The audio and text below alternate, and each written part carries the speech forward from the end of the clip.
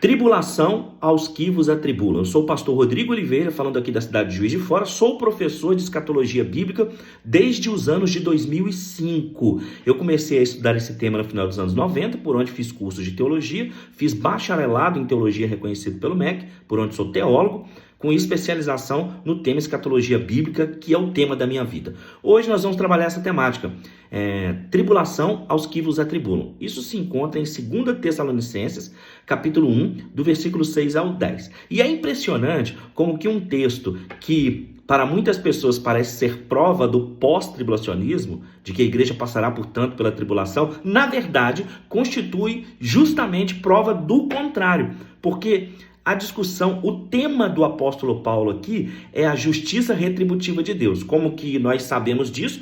Pela leitura do próprio texto. Bom, o texto diz assim: e se de fato é justo para com Deus que ele dê em paga tribulação aos que vos atribulam, e a vós outros que sois atribulados, alívio juntamente conosco, quando do céu se manifestar o Senhor Jesus com os anjos do seu poder, em chama de fogo,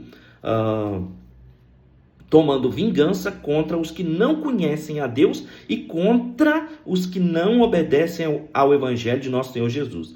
Estes sofrerão penalidade de eterna destruição, banidos da face do Senhor e da glória do seu poder, quando vier para ser glorificado nos seus santos e ser admirado em todos os que creram naquele dia, porquanto foi crido entre vós o nosso testemunho. Esses são os versículos 6 a 10, objeto de debate, disputa entre pré-tribulacionistas e pós-tribulacionistas. Vamos entender o contexto? Bom, a separação entre a primeira carta aos Tessalonicenses e a segunda carta, ela é de aproximadamente 6 meses. Paulo havia escrito a primeira carta e muitas pessoas estavam com grande expectativa em relação àquilo que Paulo chama de arrebatamento da igreja e aquilo que ele fala a respeito do dia do Senhor, da ira do Senhor, ira esta que é a tribulação do Apocalipse. Esse é o assunto. Agora, quando o apóstolo Paulo escreve a segunda carta, é para justamente esclarecer uma série de confusões que estavam acontecendo na cabeça dos tessalonicenses por conta dessa informação. Já que quando Paulo está escrevendo a Filipenses, Coríntios, Tessalonicenses, Paulo chama o arrebatamento da igreja de mistério, né? A própria manifestação da igreja, o arrebatamento, ele é um mistério. Um mistério aqui, nesse contexto da teologia, se refere a uma escritura que anteriormente não foi revelada. Isso significa que eles nada sabiam sobre o arrebatamento da igreja, porque Jesus não falou claramente a respeito do arrebatamento. Em momento nenhum Jesus disse, arrependei-vos porque o arrebatamento se aproxima. Não, as pregações de João Batista e de Jesus eram, arrependei-vos porque é chegado o reino. No máximo, houve algumas inferências ao arrebatamento. Por exemplo, quando nós lemos João 11, Jesus diz a respeito da morte de Lázaro para Marta, Maria, todo aquele que crê em mim, ainda que esteja morto, viverá. E quem vive e crê em mim, nunca morrerá. Bom, é claro que isso é uma referência ao arrebatamento. Por quê? Muito embora Jesus tenha ressuscitado pessoas, quando ele diz agora, aquele que vive e crê em mim nunca morrerá, a única maneira de uma pessoa que vive em Jesus, que vive e crê em Jesus não morra, é se ela for arrebatado, tendo, portanto, seu corpo transformado em glória. Mas veja que Jesus não explicou sobre isso. Ele falou isso dentro da passagem, mas o assunto dele era a ressurreição do último dia e o estabelecimento para o reino. Esse é o assunto de Jesus, esse é o foco de Jesus, sobretudo em Mateus 25, verso 31, quando ele diz, quando o Filho do Homem vier para estabelecer o seu reino. Portanto, Jesus não falou a palavra arrebatamento, ela não aparece no vocabulário de Jesus, ele não a promete. Por quê? Ele está falando com os discípulos que são judeus, e ele está falando num contexto em Mateus 24, 19, da tribulação, como nunca houve, nem tampouco haverá. Hora nenhuma o discurso de Jesus é sobre o arrebatamento. Ele vai encerrando Mateus 24 dizendo, depois da tribulação daqueles dias, então ele fala da separação das ovelhas dos bodes, que os ímpios serão arrancados para serem lançados no fogo. Ok. E aí assuma com isso que então o apóstolo Paulo está tratando do arrebatamento como um mistério. É por isso que em 1 Coríntios 15:51 ele diz, eis que vos digo um mistério, eis que vos digo algo que ainda não havia sido revelado. Nem todos morreremos, mas todos seremos transformados, num piscar de olhos, né? E aqui na carta aos Tessalonicenses, ele promete um alívio para quem se converteu. Você precisa assumir isso, que quando chega no capítulo 1, da segunda carta aos Tessalonicenses, já ocorreu, obviamente, a primeira, o assunto da primeira. E qual é o assunto da primeira? Quando nós começamos a ler o capítulo 1 de 1 Tessalonicenses, por exemplo, versículos 9 e 10, Paulo diz assim: pois eles mesmos, no tocante a nós, proclamam que repercussão teve o nosso ingresso no vosso meio, e como deixando os ídolos vos converterdes a Deus para servirdes o Deus vivo e verdadeiro. Versículo 10. E para aguardardes dos céus o seu Filho, a quem ele ressuscitou dentre os mortos, Jesus, que nos livra da ira vindoura. Ok? Então ele está dizendo para aquelas pessoas que se converteram que agora elas estão aguardando a Jesus, que virá nos livrar da ira vindoura. E aí ele continua na sua carta, no capítulo 4, que é o principal capítulo do arrebatamento, onde ele diz, a partir do verso 13: não queremos, porém, irmãos, que sejais ignorantes com respeito aos que dormem, para não vos entristeceres como os demais que não têm esperança. Pois se cremos que Jesus morreu e ressuscitou, assim também Deus, mediante Jesus, trará em sua companhia os que dormem, ou seja, os que já morreram. Quando ele fala em dormir aqui, é um eufemismo, uma palavra suavizada para falar da morte. Ora, ainda vos declaramos por palavra do Senhor isto: nós os vivos, os que ficarmos até a vinda do Senhor, de modo algum precederemos os que dormem. Porquanto o Senhor mesmo, dada a sua palavra de ordem, ouvida a voz do arcanjo e ressoada a trombeta de Deus, descerá dos céus, e os mortos em Cristo ressuscitarão primeiro. Depois nós, os vivos que ficarmos, seremos arrebatados juntamente com eles, entre nuvens, para o encontro do Senhor nos ares, e assim estaremos para sempre com o Senhor. Consolai-vos, pois, uns aos outros com essas palavras. Então estaremos para sempre com o Senhor, quando ele vier dos céus para nos arrebatar, para nos livrar da ira vindoura. Nós acabamos de ler isso no capítulo 1, versículo 9 e 10 da primeira carta. E Paulo continua: irmãos, relativamente aos tempos e às épocas, não há necessidade que vos escreva, pois vós mesmos estáis inteirados com precisão de que o dia do Senhor vem como ladrão de noite. Quando andarem dizendo paz e segurança, eis que lhes sobrevirá a repentina destruição. Não é sobre nós. Vós não tem necessidade que vos escreva, porque o dia do Senhor virá como ladrão. O dia do Senhor é uma expressão para a tribulação do Apocalipse. Quando andarem, agora já não é vós, quando andarem dizendo paz e segurança, eis que lhes sobrevirá repentina destruição, como vêm as dores de parto, aqui está para dar à luz, e de nenhum modo escaparão. Mas vós, ele começou: vós, igreja, não precisa que eu vos escreva, porque vocês estão cheios do Espírito Santo, esse dia vem como ladrão, o dia do Senhor, mas sobre eles virá repentina destruição. Então, para nós, o Senhor vem para nos livrar da ira vindoura. Ira vindoura é essa que é a tribulação do Apocalipse. Agora ele retoma de novo a igreja: mas vós, irmãos, não estáis em trevas, para que esse dia como ladrão vos apanhe de surpresa, porquanto vós todos sois filhos da luz e filhos do dia. Nós não somos da noite nem das trevas. Assim, pois, não durmamos como os demais. Pelo contrário, vigiemos e sejamos sóbrios. Ora, os que dormem, dormem de noite, e os que se embriagam, de noite que se embriagam. Nós, porém, que somos do dia, sejamos sóbrios, revestindo-nos da couraça da fé e do amor, e tomando como capacete a esperança da salvação. Porque Deus não nos destinou para a ira, mas para alcançar a salvação mediante nosso Senhor Jesus Cristo.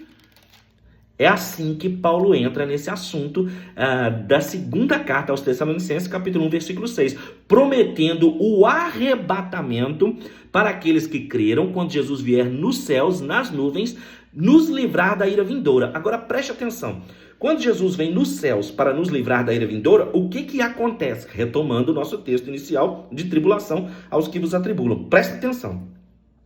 E se de fato é justo, estou em segunda carta aos Tessalonicenses, capítulo 1, versículo 6, retomando o texto. E se de fato é justo para com Deus que ele dê em pagar tribulação aos que vos atribulam, e a vós outros que sois atribulados, alívio juntamente conosco, quando do céu se manifestar o Senhor Jesus com os anjos do seu poder em chama de fogo. Presta atenção. Então, quando Jesus virá nos céus para nos livrar da ira vindoura, é o arrebatamento da igreja, quando os mortos em Cristo ressuscitarão primeiro, e nós, os que ficarmos vivos, seremos arrebatados a encontrar com o Senhor nos ares.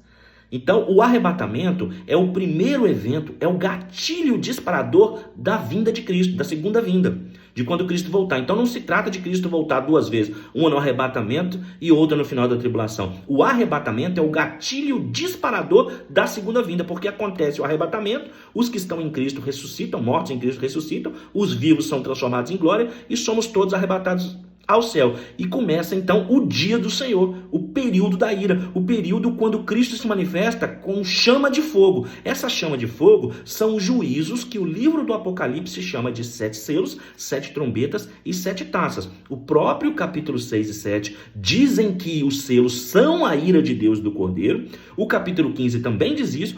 Capítulo 15 e 16 dizem que com as taças, 7 taças, se consuma a ira de Deus sobre a terra. Então essa ira não é algo depois da tribulação, essa ira é a tribulação. E aqui em 1 Tessalonicenses 1, 9 e 10 e 5, 9 está escrito que ele vem nos céus para nos livrar da ira. Nos céus para nos livrar da ira e se manifesta com chama de fogo. Versículo 8. Tomando vingança contra os que não obedecem a Deus e contra os que não obedecem ao Evangelho de nosso Senhor Jesus. Ora, esse tomando vingança, gente, está em plena concordância com Lucas capítulo 21, versículos 20 ao 23, que diz assim: quando, porém, vir de Jerusalém sitiada de exércitos, sabei que está próxima a sua devastação. Então, os que estiverem na Judéia fujam para os montes, e os que se encontrarem dentro da cidade, retirem-se, e os que estiverem nos campos não entrem nela, porque estes dias são de vingança, para se cumprir tudo o que está escrito. Ai das que estiverem grávidas e das que amamentarem naqueles dias, porque haverá grande aflição na terra e ira contra este povo. Então está dizendo claramente que a tribulação é a vingança, a mesma que está escrito em 2 Tessalonicenses capítulo 1. E é um período de ira contra este povo que rejeitou o Messias, que rejeitou o Evangelho. Os textos estão em clara concordância com 2 Tessalonicenses 1,8. É quando Jesus vai se manifestar não em glória para estabelecer o seu reino, mas em fogo, tomando vingança contra os que contra os que não conhecem a Deus e contra os que não obedecem ao Evangelho.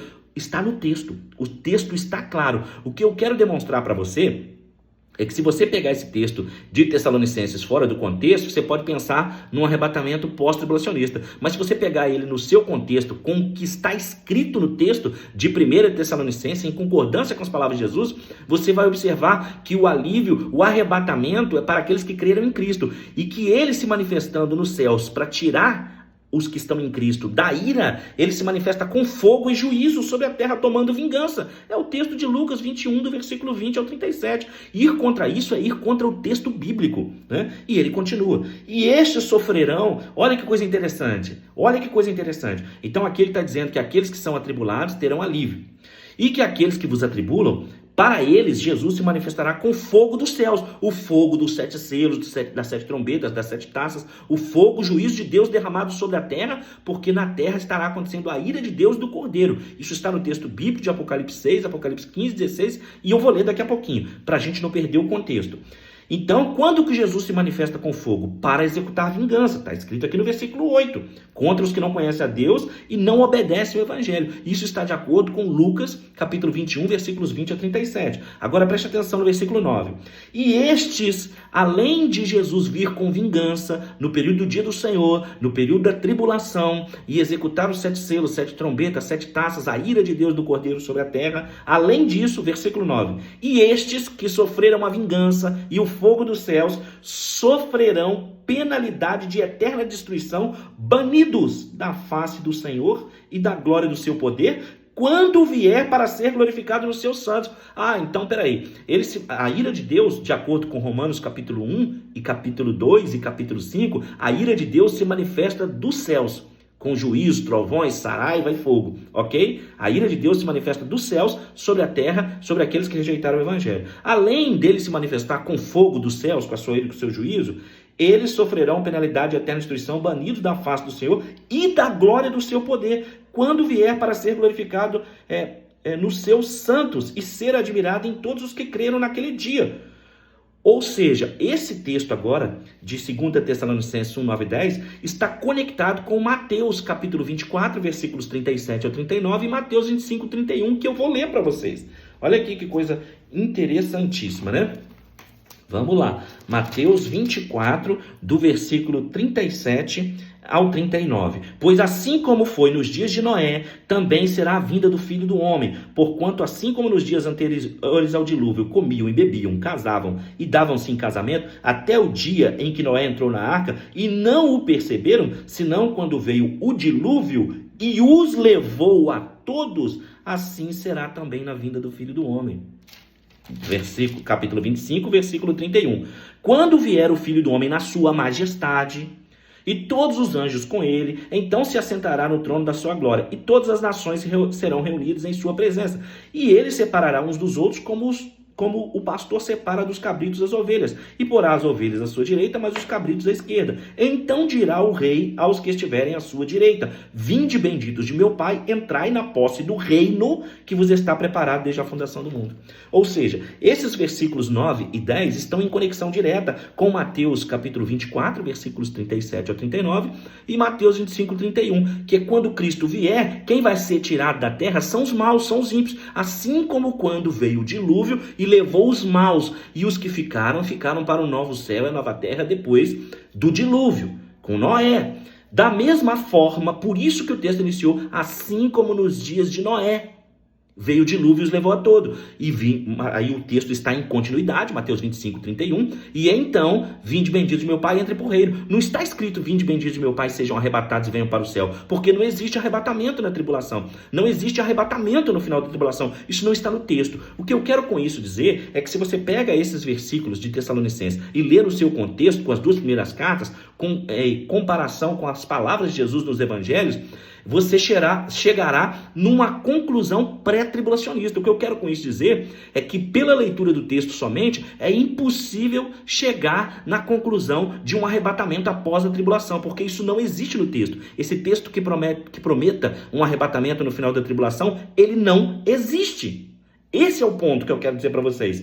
Você está entendendo que coisa poderosa? Então, quando ele vem com fogo, é para executar o juízo sobre a terra, sobre o período da ira. E quando ele vem em glória, é para estabelecer o seu reino. E então colocar em castigo eterno, sofrerão penalidade de eterna destruição, banidos da face e da glória do seu poder. Eles que sofreram juízo na tribulação, não contemplarão a glória no estabelecimento do reino. Versículo 10, quando vier para ser glorificado nos seus santos. Isso é tremendo, não é? Ainda mais, quando você continua a leitura, lembrando que os capítulos e versículos foram postos posteriores para facilitar o nosso estudo, se você continua lendo, quando vier para ser glorificado nos seus santos e ser admirado em todos os que creram naquele dia, porquanto foi crido entre vós o vosso testemunho. Por isso também não cessamos de orar por vós, para que o nosso Deus vos torne dignos da sua vocação e cumpra com poder todo propósito de bondade e obra de fé, a fim de que o nome do Senhor Jesus seja glorificado em vós e vós nele, segundo a graça do nosso Senhor Jesus Cristo. Irmãos, no que diz respeito à vinda de nosso Senhor Jesus Cristo e a nossa reunião com ele, a vinda de nosso Senhor Jesus Cristo e a nossa reunião com ele diz respeito ao arrebatamento da igreja. Nós vos exortamos a que não vos demovais da vossa mente, com facilidade, nem vos perturbeis, quer por espírito, quer por palavra, quer por epístola, como se procedesse de nós, supondo tenha chegado o dia do Senhor. Então Paulo está tratando de dois assuntos. Quando você pega o capítulo 1 e capítulo 2 de 2 Tessalonicenses, você vê que Paulo compactou toda a doutrina dos últimos dias. Muito embora ele fale de um alívio, de um arrebatamento conosco, da nossa reunião com Cristo, ele também fala do dia do Senhor, que é o período da ira. E aqui ele começou falando quanto a vinda de nosso Senhor Jesus Cristo e a nossa reunião com ele, o arrebatamento da igreja, não desmovai da vossa mente, porque haviam falsos apóstolos, falsos discípulos, tentando se passar por Paulo e trazer um ensino confuso à igreja, de modo que eles estavam achando que a tribulação já havia chegado, que o dia do Senhor já havia chegado e que eles haviam sido deixados para trás. Então ele diz, não se movam da vossa mente, quer até por epístola, é como se tivesse sido escrita por nós, supondo que o dia do Senhor tenha chegado. Ele não está falando do arrebatamento e da nossa reunião com Cristo. Versículo 2, ele está claramente falando do dia do Senhor. Não, o dia do Senhor não chegou ainda. Ninguém de nenhum modo vos engane, porque isso que o dia do Senhor, a tribulação dos 7 anos, a última semana de Daniel, não acontecerá sem que primeiro venha a apostasia e seja revelado o homem da iniquidade, ou seja, o anticristo vem antes do dia do Senhor começar, porque ele fará aliança com muitos, de Daniel 9, 24 a 27. Ele é o filho da perdição, versículo 4, qual se opõe e se levanta contra tudo que se chama Deus ou é objeto de culto, a ponto de assentar-se no santuário de Deus, ostentando-se como se fosse o próprio Deus. Não vos recordais de que ainda convosco eu costumava dizer-vos essas coisas? E agora sabei o que o detém, para que ele seja revelado somente em ocasião própria. Ele quem? O anticristo seja revelado em ocasião própria. Com efeito, o mistério da iniquidade já opera, e aguarda somente que seja afastado aquele que agora o detém.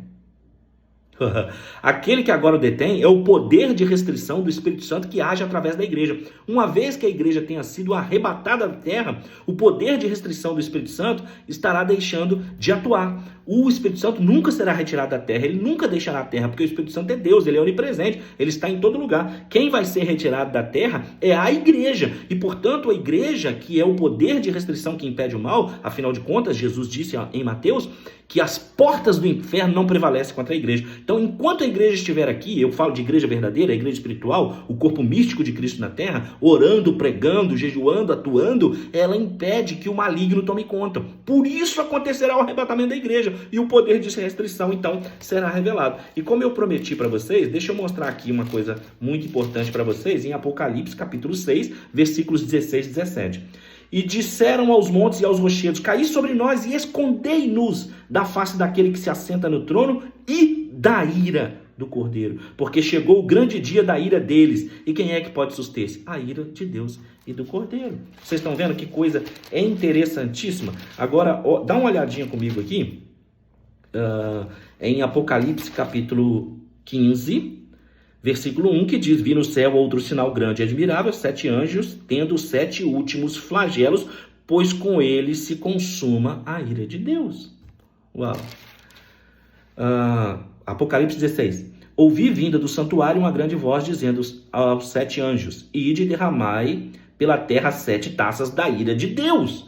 Querer dizer que a tribulação do Apocalipse não é a ira de Deus é ir contra as escrituras, é realmente forçar o texto a dizer coisas que ele nunca disse. Não bastasse isso, Romanos capítulo 2 diz o seguinte, olha que estudo forte que está sendo hoje, meu Deus do céu. Romanos capítulo 2 diz assim, mas segundo a tua dureza e coração impenitente, acumulas contra ti mesmo ira para o dia da ira e da revelação do justo juízo de Deus. Então a ira, o fogo, Cristo se manifestando do fogo dos céus, é o dia do juízo e da ira de Deus. Olha só, se nós voltarmos uma página, no capítulo 1, versículo 18. A ira de Deus se revela do céu contra toda a impiedade e perversão dos homens que detêm a verdade pela injustiça. Então a ira de Deus, que é a tribulação, que é o assunto de Paulo lá também, na primeira carta, ele é para os maus. E da revelação do justo juízo de Deus, que retribuirá a cada um segundo o seu procedimento. A vida eterna aos que, perseverando em fazer o bem, procuram glória, honra e incorruptibilidade, mas ira e indignação aos facciosos, que desobedecem à verdade e obedecem à injustiça. Tribulação e angústia virão sobre a alma de qualquer homem que faz o mal, ao judeu primeiro e também ao grego. Glória, porém, e honra e paz a todos aquele que pratica o bem, ao judeu primeiro e também ao grego.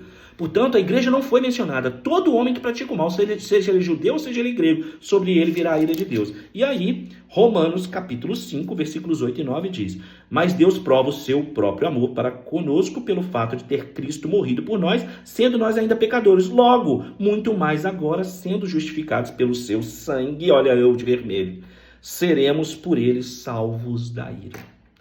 Querer dizer que a tribulação do Apocalipse não é a ira, é ir contra o texto bíblico, é ir contra a própria consciência, porque o texto está dizendo claramente. Então isso nos leva de volta a Tessalonicenses. Então quando ele está falando de alívio e tribulação para os que atribulam, é só você observar o contexto. No contexto, Paulo está falando da justiça retributiva de Deus. Esses que vos atribulam, eles não vão ficar sem tribulação. Eles vão receber o fogo quando quando Cristo vier dos céus para nos livrar da ira vindoura, ele virá nos céus para nos arrebatar, e dos céus, ele naquele momento manifestará a sua ira, a ira de Deus do Cordeiro sobre a terra, manifestando-se com fogo. Quando ele tiver manifestado-se com fogo, e no final, então, estabelecer o seu reino, de acordo com Mateus 25, 31 e Mateus 24, do 37 ao 39, ele então manifestará-se com glória e vai tirar os ímpios e os maus, assim como foi no dia do dilúvio, e levá-los embora para uma condenação eterna, e então a igreja volta com Cristo para reinar, de acordo com Apocalipse capítulo 19, e então estabelece-se o rei de Deus na terra. Isso que eu estou dizendo para você é o que dizem as escrituras. Falar diferente disso é falar o que o texto bíblico não falou. Portanto, aquilo que 2 Tessalonicenses capítulo 1, versículo 6 ao 10, para alguns irmãos, isso orienta a doutrina pós-tribulacionista. Na verdade, ele desorienta, porque o texto nunca falou que a igreja vai passar pela tribulação. É só ler o texto dentro do contexto, porque tem uma regra clara de interpretação das escrituras na hermenêutica, que diz que texto fora do contexto é pretexto. Ok? Então, que Deus te abençoe, que Deus te fortaleça. Eu tenho uma playlist inteira sobre o arrebatamento da igreja, que eu vou deixar o link aqui embaixo para que vocês assistam. Compartilhe esse vídeo com o maior número de pessoas possível. Até logo mais, pessoal. Tchau, tchau. Deus abençoe a todos.